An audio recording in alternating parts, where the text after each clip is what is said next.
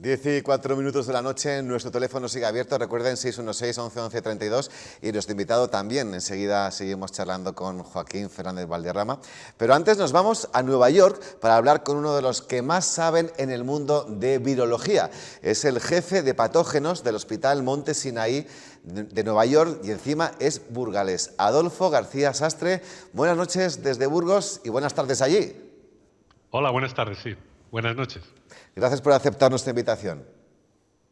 Muy bien. ¿En qué punto nos encontramos en España con más de 177.000 casos y casi 19.000 fallecidos? Bueno, está claro que hay una tendencia ahora al descenso, ¿no? Que esperemos que se mantenga y las cosas están más estabilizadas. Lo único es que ahora que empiezan a liberarse medidas de confinamiento hay que estar pendientes de cuál es, hacia dónde va la curva, si se sigue manteniendo estable, si sigue bajando o si empieza a subir. Y esa tendencia a subir o a bajar o a estar estable solo se sabe mediante datos que tengan al menos 3-4 días, ¿no? Porque entonces es el problema que hay que ir con paciencia, viendo que realmente los casos no están subiendo en el momento en que empiecen a quitarse medidas de confinamiento. Se dice que hay que hacer test masivos, pero se está cuestionando la fiabilidad de los mismos, los rápidos. Claro, hay dos tipos de test, ¿no? No sé si hablamos de los de diagnóstico o los de serología, pero los dos son importantes que sean fiables, porque si no tienes test fiables, los datos son incluso más confusos de los que realmente son. Y bueno, no sé ahora mismo cuántos tipos de test se están probando, pero desde luego lo que es muy importante es tener un test fiable. Sin un test fiable, los datos no son fiables y sin datos fiables no se puede hacer medidas que sean según los datos que tengamos, ¿no? Porque no sabremos si están subiendo o bajando las infecciones y los datos no son fiables, claro. Ese dato nos le puede dar nuestro invitado aquí en la mesa, Joaquín. ¿Cuántos test están haciendo? Ahora se están haciendo 2 y va a llegar pronto el tercero, que es el que estamos esperando para detectar los IgMs y las IgGs, es decir, los que están contagiados con síntomas y los que la han pasado y no están con síntomas. Entonces, ¿cuál es el que se está cuestionando que tiene menos fiabilidad? Bueno, hay uno que tiene un 62% de fiabilidad que se está haciendo ahora, que son los test rápidos, pero que está dando falsos negativos, es decir, gente que ha tenido síntomas que se les hace y sin embargo no detecta ni IgM ni IgG, o sea que no detecta el contacto. A este test me refería yo, Adolfo. El test de serología, sí. Es importante tener un test fiable y no solo un test fiable. Yo creo que también es importante tener un test que no te diga sí o no, sino que te cuantifique el nivel de anticuerpos que tiene, porque solo así se podrán hacer estudios para saber si los que tienen anticuerpos y qué nivel de anticuerpos hay que tener para evitar el ser infectado otra vez o para evitar el volver a tener enfermedad. Claro, ¿qué sorpresas les ha dado la COVID-19 en estos meses, desde su aparición? Bueno, sorpresas muchas, ¿no? Es un virus nuevo, todos los estudios que se habían hecho anteriormente con SARS no son muchos, tiene una biología particular, hay cosas que son comunes con los que ocurre con gripe pandémica, pero la enfermedad aunque la gripe también puede inducir enfermedad respiratoria grave severa, normalmente tiene que ver con infecciones secundarias con bacteria, mientras que este virus parece que induce más bien neumonía primaria, que es una neumonía que dura más tiempo que la que suele durar la gripe, que es más fulminante. Entonces hay muchas peculiaridades que aún no conocemos muy bien de este virus en cuanto a la enfermedad a la que da lugar, que también pueden ser muy importantes para saber qué tipo de tratamientos son los más eficaces o no. Es decir, todavía hay muchos interrogantes. Claro, y la aparición de síntomas, además, que inicialmente no se dijeron, porque al principio el mensaje que se transmitía era que era como una gripe común, en teoría, claro. Bueno, no sé cuándo vino el mensaje de que si es una gripe común o no es una gripe común. Yo desde el principio he dicho que esto se parece más bien a una gripe pandémica, que hay mucha gente que es susceptible, todo el mundo es susceptible y debido a eso el número de casos ya va a aumentar. Incluso si tuviera el mismo nivel de letalidad que la gripe común, va a ocasionar más infecciones y eso va a dar lugar a más números de casos severos, ¿no? Simplemente por eso. Y parece que es más severo todavía que lo que es la gripe normal estacional. Pero en cuestión de gripe pandémica, no es tampoco tan distinto. Yo creo que el virus del 1918 fue más severo todavía que este virus de este coronavirus, ¿no? Lo único es que la enfermedad es un poco distinta y, por tanto, quizá tratamientos que pudieran funcionar con gripe, con neumonía de gripe, son distintos a los tratamientos que se tendrían que hacer con neumonía de este virus, que es lo que ahora mismo estamos buscando, ¿no? Tratamientos que puedan funcionar. Ajá. No sé si allí también, en Estados Unidos, pero ahora aquí hay un importante debate sobre la efectividad de las mascarillas en personas sanas. ¿Qué nos puede decir? Bueno, eso también se habla mucho, ¿no? Las mascarillas no ayudan mucho para evitar infección, lo que ayudan es para evitar que infectes a alguien. Y como no se sabe en estos momentos quién está infectado y quién no está infectado, cuando empiezan a haber más contactos, sobre todo ahora que se empiezan a levantar distintas medidas de confinamiento, que va a haber más contactos entonces o más cercanía entre personas, es importante el intentar evitar, si una persona está infectada, que secrete partículas respiratorias que pueda dar lugar a que se infecte otra persona. Y la mascarilla puede ayudar a disminuir el número de partículas respiratorias que una persona infectada es capaz de producir. Ahora bien, una vez que se han producido esas partículas respiratorias y están en el aire, una mascarilla no va a evitar que puedas adquirirlas. O sea, es más importante para evitar que contagies a alguien que para evitar ser contagiado. Pero claro, al evitar que contagies a alguien, eso también va a disminuir el número de contagios, ¿no? Ajá. Le cuento que varios espectadores nos han comunicado que ni se atreven a abrir las ventanas por temor. ¿Qué les podemos decir con el virus y el aire? Bueno, siempre es posible adquirir el virus por el aire, ¿no? Pero no es una cosa que el virus tiene alas, que no es un pájaro. Las partículas infecciosas no sabemos hasta cuánto tiempo permanecen infecciosas en el aire, pero cuanto más se circule el aire, más se diluyen también. Y eso que, bueno, si es verdad que abres la ventana, ¿qué es lo que tienes enfrente?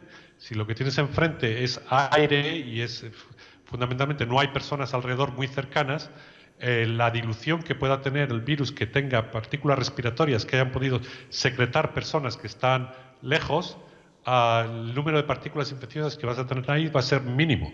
Entonces, no creo que sea tan problemático abrir las ventanas, ventilar las habitaciones, sobre todo en sitios donde hay más de una persona viviendo, en cuyo caso puede ser que a lo mejor una persona que haya salido a comprar el pan se infecte sin darse cuenta, y el ventilar la habitación contribuye a que no pueda infectar tanto a las personas con las que está conviviendo. Ajá. ¿Sería el señor García Sastre partidario de un desconfinamiento por provincias o comunidades? Eso es cuestión de mirarlo. Es difícil saber exactamente cómo hacerlo, cómo empezar todo, ¿no? Porque no sabemos exactamente hasta qué punto cada una de las medidas de confinamiento está contribuyendo a que haya menos contagio. Y eso no lo vamos a poder saber hasta que empezamos a quitarlas y según se vayan monitoreando los contagios, ver si están aumentando o no están aumentando los contagios. Y eso es lo que hace esto difícil, ¿no? Es prácticamente aprender a hacerlo poco a poco, y si se comete algún error sin saberlo, porque no sabemos lo que estamos haciendo realmente, es volver a poner otra vez medidas de confinamiento para evitar que sigan subiendo los contagios. O sea, es difícil, hay que hacerlo poco a poco y bueno, no sabemos cómo va a funcionar, la verdad. Esperemos que todo vaya bien. Bueno, eso puede parecer un mensaje de intranquilidad hacia la población, ¿no? No, yo creo que es más bien un mensaje de paciencia, ¿no? Que las cosas no son tan fáciles de acabarse con ello, y que es muy necesario, mientras podamos seguir monitoreando de cerca cuál es la evolución del virus, en el momento en que se vea que la tendencia empieza a ir hacia arriba, es volver a poner las medidas que se habían quitado en ese momento. Y es cuestión de paciencia, ¿no? Esto no va a durar toda la vida, pero mientras haya gente que sea susceptible, mientras no tengamos vacuna y haya gente que sea susceptible, siempre va a ser posible que se vuelva a prender el fuego, ¿no? Piensa en esto como un fuego. Ahora mismo se está extinguiendo, pero siempre puede haber brasas en algún sitio que pueden volver a prender, y al principio a lo mejor prenden poco, pero luego pueden volver a prender de una forma más grande, ¿no? Entonces, eso es lo que hay que seguir de cerca, cómo van las tendencias de contagio, para saber si realmente podemos seguir continuando quitando medidas de confinamiento. Claro, no vamos a tirar por la borda todo el trabajo que estamos haciendo por un desconfinamiento demasiado hecho sin pensar, ¿no? Y sobre el debate de que los niños sean los primeros en salir, siendo vectores de propagación por ser en muchos casos asintomáticos, ¿qué le parece? De nuevo, eso es algo que no sabremos, ¿no? En algún momento hay que hacerlo. Y lo único es que hay que monitorizar y no hacer muchas cosas a la vez, porque si hacemos muchas cosas a la vez, entonces si suben los contagios, no sabemos cuál de las cosas que se ha quitado es la más fundamental para que hayan subido otra vez los contagios. ¿Hay pugna o rivalidad por encontrar una vacuna? Y ahora hablamos de las empresas, aparte de los investigadores y científicos. Yo creo que pugna o rivalidad no hay. Lo que queremos es una vacuna, ¿no? Todos los científicos, todo el mundo quiere una vacuna. Yo creo que el problema no está en tanto si hay pugna por una rivalidad por una vacuna, como es si las primeras vacunas que entran en ensayos clínicos y se ve que funcionan, qué mecanismo se va a tener para poder compartir estas vacunas con el resto del mundo, porque siempre va a ser un país el primero que va a lograr una vacuna que tenga cierta efectividad. La primera cosa que ese país que lo consiga va a intentar hacer es hacer dosis que sean las necesarias para poder vacunar a la gente de su país. Esa va a ser la prioridad, pero el caso es qué pasa con el resto de los países. ¿Cómo se puede hacer para que esa vacuna también se produzca en otros países y pueda ser usada en otros países? Y eso es lo que ahora se debería estar hablando para tener al menos tener algo programado para saber qué es lo que va a ocurrir, qué se puede hacer para transferir rápidamente tecnologías, la capacidad de producción de vacunas a otros países en cuanto se sepa si una vacuna en concreto funciona en un país. ¿Se sabe quién está más avanzado ahora mismo para encontrar esa vacuna? Ensayos clínicos han empezado en China y han empezado en Estados Unidos, son los primeros que han empezado. Si esas vacunas son efectivas, serán las primeras que se sepan si son efectivas, seguramente. Si no son efectivas, algunas que vienen por detrás serán las que se vean si son efectivas o no.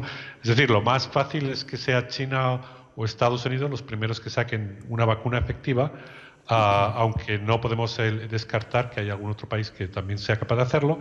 Ya te digo, lo importante no es qué país es el primero. Lo importante es qué tipo de medidas se van a tomar para poder hacer la tecnología que se pueda transferir y que se puedan hacer el número de dosis necesarias para vacunar a más personas en otros países que también lo van a necesitar. Algo que todo el mundo se pregunta en la calle. Adolfo, ¿cómo afectará la llegada del verano a este virus?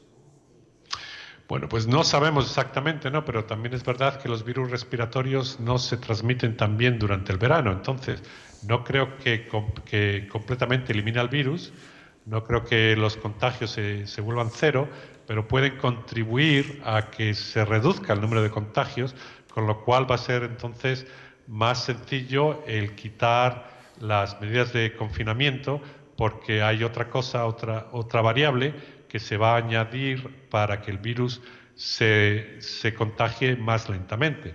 Pero no sabemos hasta qué punto va a contribuir a ralentizar el virus, ¿no? Sabemos que hay contagios en países tropicales, que seguramente estos contagios no sean tan efectivos, no sean tan rápidos como ocurre en otros países, pero es muy temprano como para poder saber cuánto va a contribuir la llegada del verano a ralentizar el número de contagios. Ajá. Y de producirse un rebrote, dicen que en otoño e invierno, ¿sería este más virulento o menos? Eso tampoco lo sabemos, no podemos decirlo con certeza, pero creo que es muy improbable que sea más virulento. Porque, aunque es un virus de RNA, aunque el virus cambia, y es lo normal, porque es lo que todos los virus de RNA cambian según van propagándose de una persona a otra, aunque eso es así, aunque el virus cambie, los cambios no tienen por qué reflejarse en aumentar la severidad de infección, porque no es eso por lo que el virus se selecciona. Si hay un cambio que aumenta la severidad de infección, una mutación que aumenta la severidad de infección, ese virus que ahora es más severo, que da lugar a una enfermedad más severa, tiene que competir, es minoría todavía, y tiene que competir con el resto de sus primos que no dan lugar a una enfermedad severa. ¿Y cómo compite? Solo puede competir si se transmite mejor. Por tanto, tendría que un mecanismo de enfermedad severa que pudiera evolucionar debería estar ligado a una mejor transmisión para que eso se pueda seleccionar. Y eso es lo que me parece a mí difícil, que haya mutaciones que den lugar a las dos cosas a la vez, a que se transmite el virus mejor y a que dé lugar a una enfermedad más severa.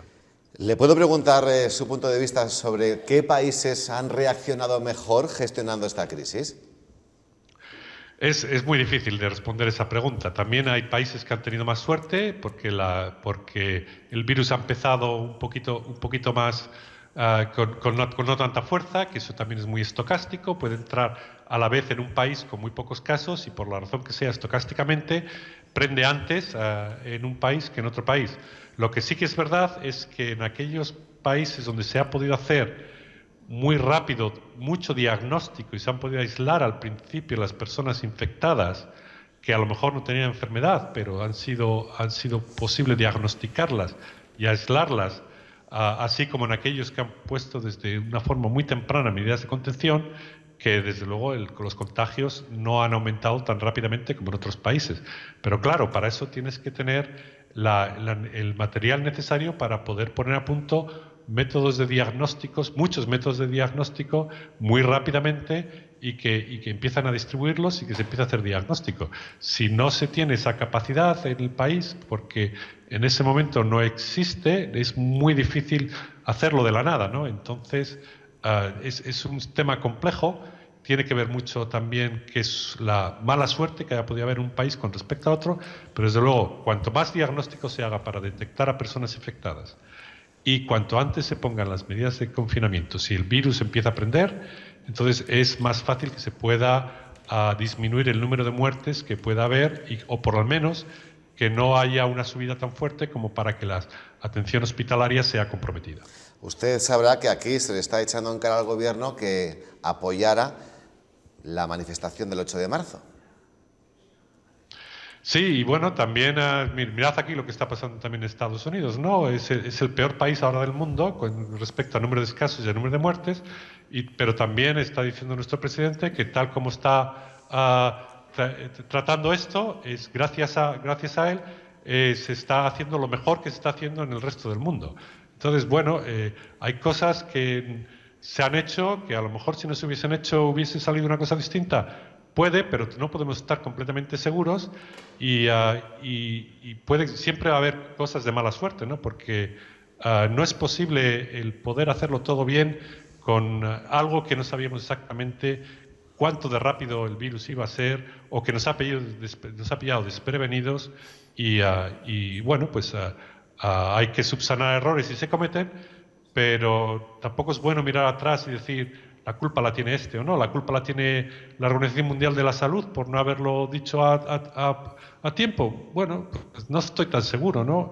La Organización Mundial de la Salud podría haber haber dado la alarma antes, pero ¿hubiese eso contribuido a que realmente hubiese habido menos infecciones en el mundo? No estoy tan seguro. Sí es verdad que podía haber dado la alarma antes, pero no sé si la solución a esto es echar la culpa a la Organización Mundial de la Salud o echar la culpa al virus, que es realmente el culpable aquí, ¿no? Estamos con un virus que ha sido muy difícil de predecir cómo va a funcionar. Todavía no sabemos cómo quitar realmente las medidas de confinamiento y es cuestión de probar y tener paciencia. Una última cuestión, porque a juzgar por las víctimas en residencias de mayores, ¿cree usted que inicialmente no se previó mayores medidas allí por el hecho de que ellos estaban aislados, entre comillas? Bueno, yo creo que por lo menos desde el principio que esto empezó a pasar, estaba claro que lo más importante era intentar proteger a los grupos de riesgo y uno de los mayores grupos de riesgo eran las residencias de mayores, ¿no? Eso se puede haber conseguido con más o menos éxito dependiendo del número de contagios que había en ese momento. Entonces, como ya he dicho, ha dado parte de ellos también la estocasticidad, ha dado la mala suerte también que en España ha prendido el fuego antes que en otros países y eso da lugar a que es difícil, una vez que hay muchos casos, es mucho más difícil contenerlo que cuando hay muy pocos casos, en cuyo caso es más fácil contenerlo. O sea, de nuevo, es difícil saber hasta qué punto las medidas que se han tomado han contribuido o no han contribuido a lo que está pasando. Lo que sí sabemos seguro es que si no hubiésemos hecho el confinamiento, estaríamos aún mucho peor de cómo hemos estado. Pues ha sido un placer, Adolfo García Sastre, hablar con usted. ¿Cuánto tiempo lleva sin estar por Burgos? Sin estar por Burgos, no lo sé, yo creo que desde el año pasado. Sí que en noviembre he estado en Burgos. Bueno. O sea, no hace tampoco mucho tiempo. Y también he estado en Madrid, estuve en Madrid lo que pasa es que no pasé por Burgos, pero estuve en Madrid a principios de febrero, cuando todavía no había aprendido mucho el virus. Pues lo dicho, que un placer y gracias por el trabajo que está haciendo en pro de toda la humanidad, que es lo que usted está haciendo. Gracias. Vale, de acuerdo. Bueno. Joaquín, ¿cómo has visto esta charla con este burgalés tan importante? La verdad es que es muy docente y es un gran orgullo tener a un paisano de este nivel y en esos puestos, ¿no? Pues te agradezco muchísimo, Joaquín, tu presencia también como presidente del Colegio de Médicos de Burgos y que también gracias por ese trabajo que estáis haciendo. Muchas gracias a ti. Hasta la próxima, buenas noches. Hasta la próxima. Conectamos ahora mismo con la redacción y, como siempre, vamos a saludar a una persona que está ahí apuntando siempre las últimas horas, que es nuestra compañera Verónica González. Muy buenas noches, ¿cómo estás? Muy buenas noches, Rafa. Pues bien, aquí seguimos. Pero antes les voy a contar una noticia de última hora porque el alcalde de la capital ha decretado la apertura de expediente disciplinario a una de las trabajadoras del Gabinete de Comunicación tras conocer el informe policial sobre un retuit no autorizado de la cuenta de Twitter del Ayuntamiento. ¿Recuerdas el tuit, Verónica? Sí, fue el propio alcalde el que interpuso una denuncia por la publicación en la cuenta institucional de un retuit ofensivo contra el rey. Y hace unos minutos que ya ha salido de dudas. El informe de la Policía Nacional descarta la posibilidad que se contempló de un hackeo de la cuenta, sino que ha sido una de las trabajadoras del Gabinete de Comunicación, como bien dices, Rafa. Y ahora, después de que concluya la instrucción del expediente, pues será la corporación en su conjunto, así lo ha asegurado el alcalde, la que saque sus propias conclusiones sobre la posible sanción. Y volviendo pues a esos ciudadanos que todavía no saben lo que es el confinamiento, los agentes medioambientales han descubierto a una persona pescando en la Reserva Regional de la Sierra de la Demanda, en el río Arlanza. El infractor no solo se enfrenta a una multa de entre 3.000 y 10.000 euros por una falta grave, ya que está prohibido pescar en época de veda, sino que también a otra multa por incumplir ese confinamiento. Pero no ha sido el único caso en estos días que se ha saltado ese estado de alerta, sino que el helicóptero de la Guardia Civil ha sorprendido a una mujer de 49 años mientras paseaba junto a su perro por un camino rural, a varios kilómetros de la localidad más cercana. Muy bien, pues que sigan haciéndolo. Ya han escuchado a nuestro invitado, el señor García Sastres. Es la única manera de que avancemos y salgamos de casa, que aguantemos este confinamiento hasta que nos manden.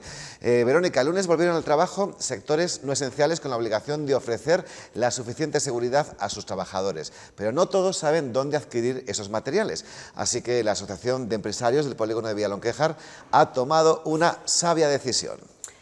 Sí, desde la asociación quieren facilitar a todas las empresas interesadas el acceso a estos elementos de protección tan necesarios en estos momentos y que a la vez son tan complicados en su aprovisionamiento. Por ello, la asociación necesita una respuesta urgente para encargar los pedidos, EPIs que llegarán por avión por un plazo de entrega de aproximadamente una semana o bien por barco, que es más económico, pero la fecha de envío se alarga hasta los 35 días. Las empresas interesadas en realizar un pedido de material todavía lo pueden hacer hasta mañana jueves a las 2 de la tarde.